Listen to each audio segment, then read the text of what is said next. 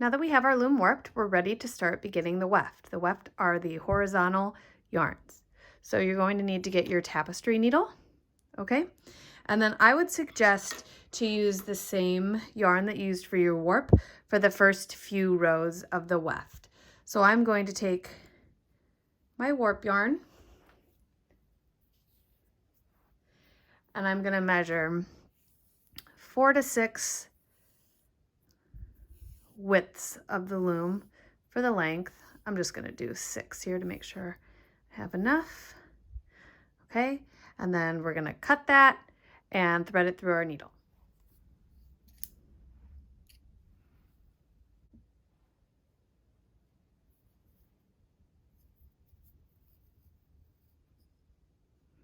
So when you thread it, you want it to be doubled, but not all the way to the end. So you'll see how I have a shorter end and then a longer end. And that's just so you don't have to pull through as far when you're starting to weave. So we are going to be weaving our tapestry with a plain weave, and it's also called tabby. And what you're going to want to do is go under, over each one of these warp yarns. So the first yarn that's in this little notch right here, we are not going to count, okay? So what you're going to want to do is go under the first warp here. I'm going to hold my loom in place. You're going over the second, and then under the third, over the fourth, and you're going to continue that repetition of over, under, all the way across the loom. Now, you can stop right here, pull that needle across, and I'm going to leave a little bit of a tail here. And that's just because I wanted it to be a little bit easier to continue on with my needle. So I went under the previous warp, so I need to go over the next one, under, over, under, all the way across the loom. And you'll get into a rhythm of what you like. You can pull again. I would suggest probably to do this on a flat surface like this. It is portable though, so you can take it and do it on your lap as well. So the last time I left off here with my weft, it is under this warp. So I'm going to go over, under, over, under.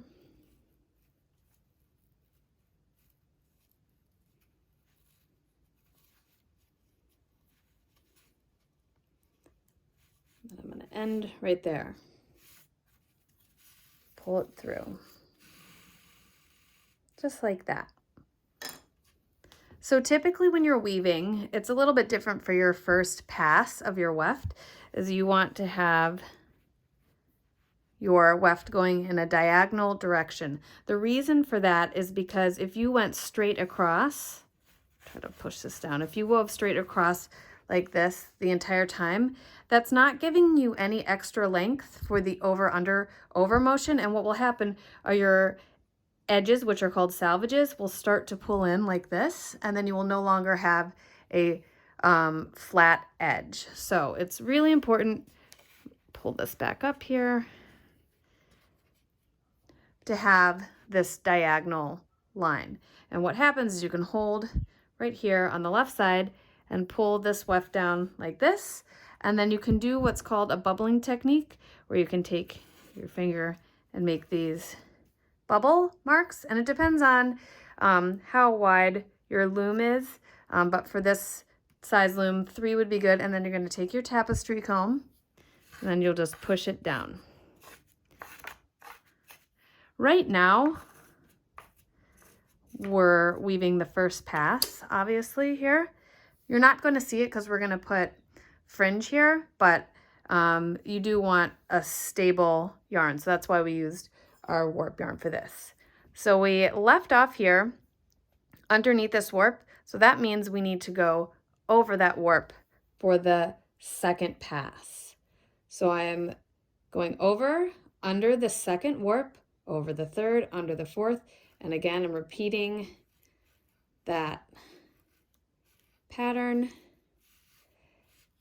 And just to clarify, I'm going to turn that tapestry needle. This right here, that opening, that is called a shed. So I'm going to push my tapestry needle through. And I don't want to pull this side too tight. Before we do our second pass, we want to weave this tail in on top of the first pass here. So because we went underneath the first warp there, I need to go over, and then I'm going to manipulate it here with my hand over the first warp, under the second, over the third, under the fourth, and continue that plain weave sequence all the way till you're running out of yarn there. And then you'll take your tapestry comb, push it down. I'm going to make sure that end is pulled to the back, just like that. Okay. Now that we wove in our end, we're going to take our tapestry needle and do our second pass across the loom here. So I ended underneath my last warp, so I'm going to go under the second, over the third, over, under, all the way. Continue that sequence across the loom.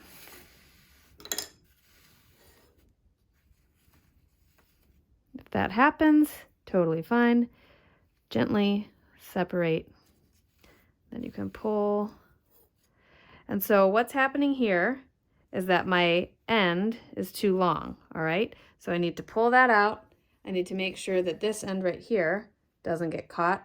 You can actually lift this here and have it go to the back if it's getting in your way, just like that. So that's fine too. So we'll adjust that. And then I'll make sure that my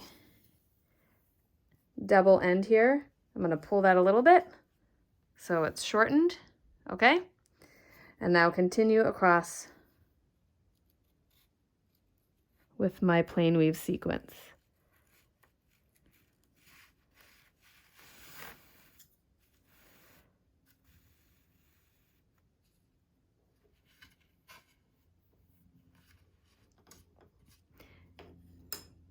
You can always check to make sure that you're weaving properly, because I can look here and that's over. I'll make sure I'm going under in the second. And when you beat down with your tapestry comb, you'll be able to see if you have any mistakes.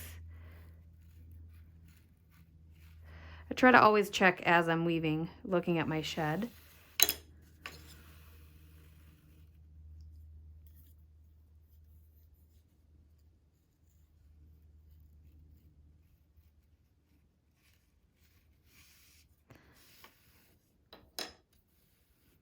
Okay, so pull that all the way across. Remember, you're going to want that diagonal, and you need to make sure that your edge isn't too tight, okay? So if you pull really tight, it's still going, even if you have your diagonal and you bubble your weft, it could still create that tension on the side. So you need to make sure that you're not pulling in on your warp. It's nice and relaxed, okay? And then I'm going to take that weft right there on the other side, pull it down, and then I'll bubble just like that. Grab my tapestry comb, and this is called beating the weft, okay?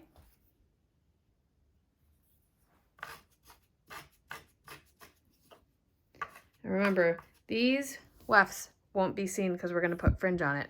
Something I want to point out, that because we had to tuck our tail in on the left side here, there is a double looking weft right here. You won't notice that in the end. Again, the fringe will be over it, but even if it wasn't, by the time you pack down all of your wefts, it's going to be so dense that that won't be noticeable. So continue on until you run out of this yarn. You can end in the middle of the warp, that's fine. And then we will get going with our fringe.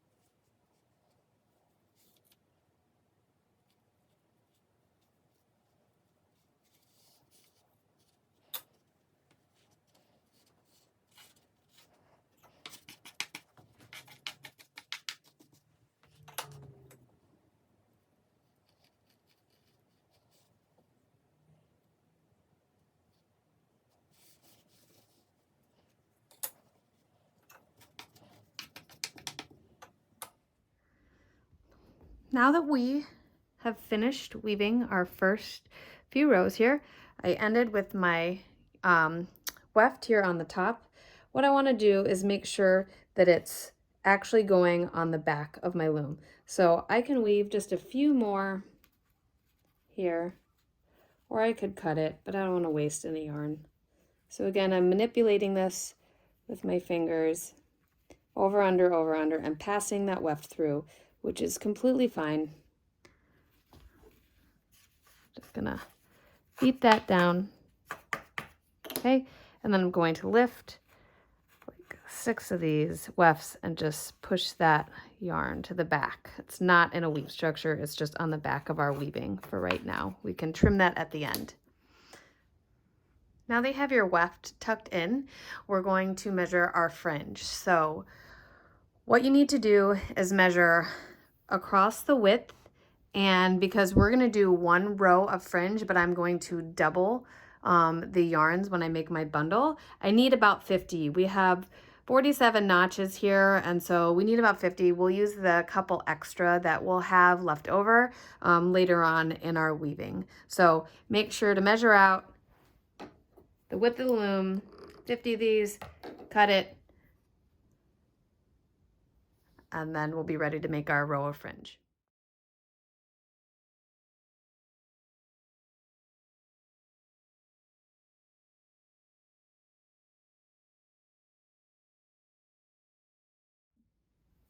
All right, so I have all my fringe cut, and what we're gonna do is basically make what's called a Gjord's knot. So these are cut Gjord's knots, and what you'll do is take the first 2 warps. Remember, we are not including this warp that is attached to the notch here. So you take these first 2, just like this, and you're going to make sure that you have your ends basically even for your fringe, okay? And you're going to lay it over the 2 warps, and then you're going to want to bring these ends up through the middle. So lift those, and then you bring one side over. I kind of usually like to do it at the same time into the center, just like this, and then I like to even my ends, hold them together, and then you secure up here with your left hand, and then you pull down and make a knot.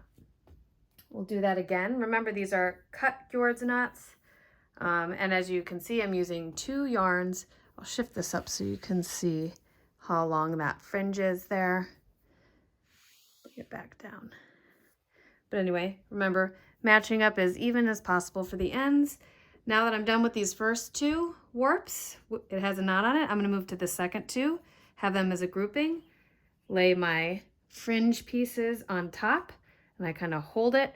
I have the fringe held in my right hand, being secured by these 3 fingers. I have my pointer finger pushing up on the 2 warps, and then I'm going to separate it with my opposite hand, and I'm gonna push my ends through there, and then I can push my other fringe through there. Again, matching up those ends down here. Push this up, holding it tight, and then I pull down. I always like to push down at the top as well. So you're going to do that across the warp.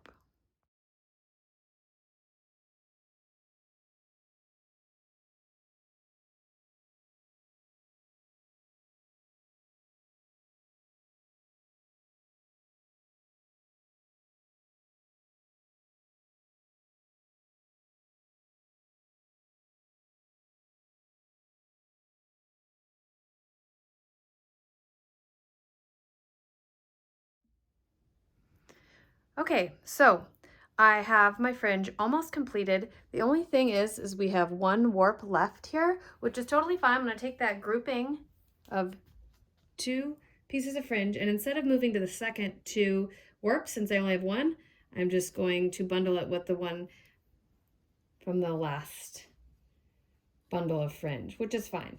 And it just kind of layers on top slightly. So you go under like this, and then you pull down. Right? And now, if you wanted to have another row of fringe, what you would do is you would bundle the opposite